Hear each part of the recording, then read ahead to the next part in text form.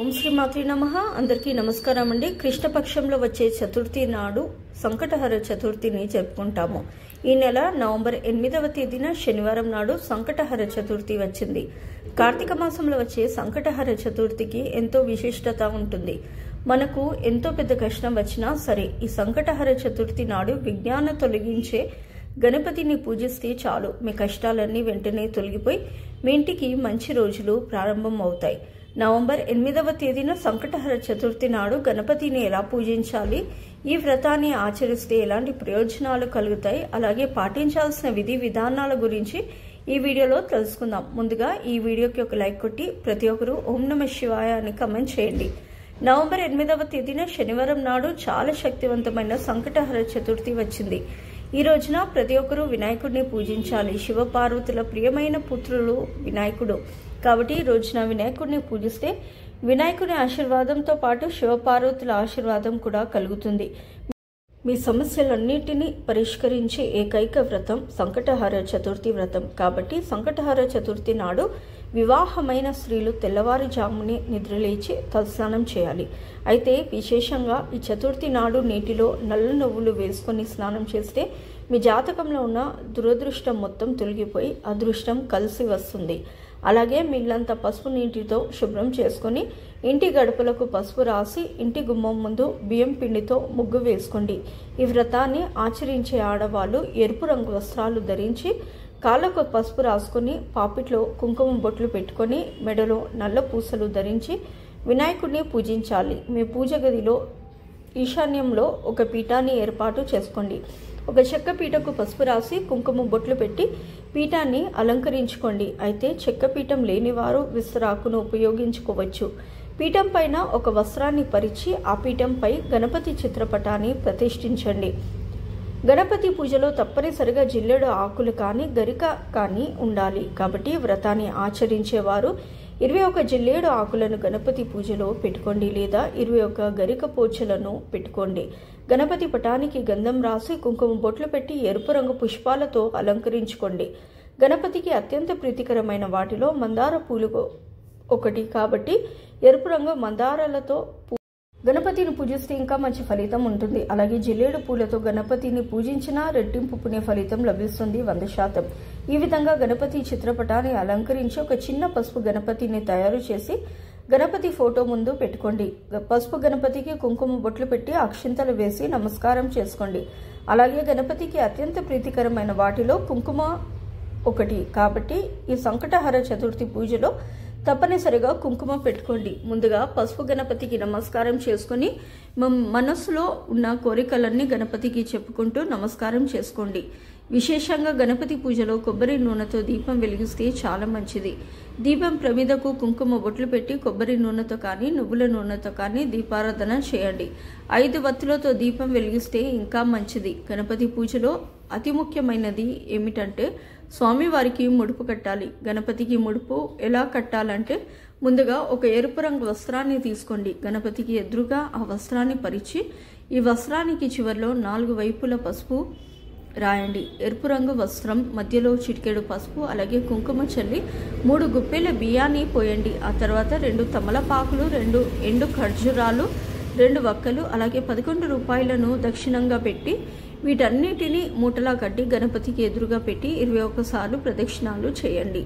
ప్రదక్షిణాలు చేసేటప్పుడు మీ కోరికలన్నీ గణపతికి చెప్పుకుంటూ ముడుపు కట్టి వ్రతం చేస్తున్నాను స్వామి అని వినాయకుడికి చెప్పుకోండి. ఈ ముడుపుకు చాలా శక్తి ఉంటుంది. ఇక గణపతికి నైవేద్యంగా 21 ఉండ్రాలను నివేదించండి, లేదా 5 రకాలను పండ్లను నివేదించవచ్చు. ఈ విధంగా గణపతిని పూజిస్తే ఓం గం గణపతియే నమః అనే మంత్రాన్ని జపించండి. ఇక ఎవరైతే అప్పుల సమస్యలతో బాధపడుతున్నారో అలాంటి వారు 21 యాలకులను తీసుకొని యాలకులను పసుపు దారానికి గుచ్చి వినాయకుడి చిత్రపటానికి వేయండి. అప్పుల బాధలన్నీ క్రమక్రమంగా తీరిపోయి ఆర్థికంగా బాగా అభివృద్ధి చెందుతారు. ఇక చివరిగా గణపతికి హారతిని సమర్పించి ముడుపుకు హారతినిచ్చి నమస్కారం చేసుకోండి. చివరిగా సంకటహర చతుర్థి వ్రత కథను తప్పనిసరిగా చదవాలి. అయితే ఈ వ్రత కథను చదవలేని వారు మీ మొబైల్లోనే ఈ వ్రత కథను వినండి. ఈ విధంగా ఉదయం పూజ చేసి రోజంతా ఉపవాసం ఉండాలి. కటిక ఉపవాసం ఉండకూడదు. పాలు అలాగే పండ్లను స్వీకరిస్తూ ఉపవాసం ఉండాలి. ఇక సాయంత్రం సూర్యుడు అస్తమించిన తర్వాత అంటే సాయంత్రం 5 దాటిన తర్వాత స్త్రీలు మరలా తలస్నానం చేసి పూజ గదిలో ఒక చిన్న దీపం వెలిగించండి. ఇంటి గుమ్మం ముందు కూడా 2 దీపాలు వెలిగించండి. ఉదయం స్వామివారికి కట్టిన ముడుపును ఇప్పతీసి ఆ ముడుపులో ఉన్న బియ్యంతో పరమాన్నం తయారు చేసి గణపతికి నివేదించాలి. ముందుగా ముడుపుకు నమస్కారం చేసుకొని గణపతిని స్మరిస్తూ ముడుపును విప్పతీయండి. ముడుపులో ఉన్న బియ్యంతో బెల్లం పరమాన్నం తయారు చేయండి. అలాగే ముడుపులో ఉన్న ఎండు ఖర్జూరాలను ప్రసాదంగా స్వీకరించవచ్చు. ముడుపు కట్టిపెట్టిన దక్షిణను తీసి మీ బీరువలో పెట్టుకోండి. ముడుపు కట్టిన రవిక వస్త్రాన్ని కూడా మీ పూజ గదిలో కానీ బీరువలో కానీ పెట్టుకోండి. గణపతికి పరమాన్నం నివేదించి ఒక కొబ్బరికాయను పగలగొట్టి నమస్కారం చేసుకోండి. అలాగే పూజలో పెట్టిన కుంకుమను తీసి నుదుటిన పెట్టుకోవాలి. అలాగే అక్షింతలను తలపైన వేసుకుని గణపతికి నమస్కారం చేసి మీ పూజను ముగించుకోవచ్చు. ఈ విధంగా సంకటహర చతుర్థి నాడు ఉదయం గణపతికి ముడుపు కట్టి సాయంత్రం ఆ ముడుపును ఇప్పతీసి గణపతికి పరమాన్నం నివేదించి మీ ఉపవాసాన్ని విరమించి భోజనం చేయవచ్చు. ఈ విధంగా ఈ సంకటహర చతుర్థి నాడు ఎవరైతే గణపతిని పూజిస్తారో అలాంటి ఇళ్లలో ధనధాన్యాలకు కొరత ఏర్పడకుండా మీ ఇల్లంతా సుఖ సంతోషాలతో నిండిపోతుంది.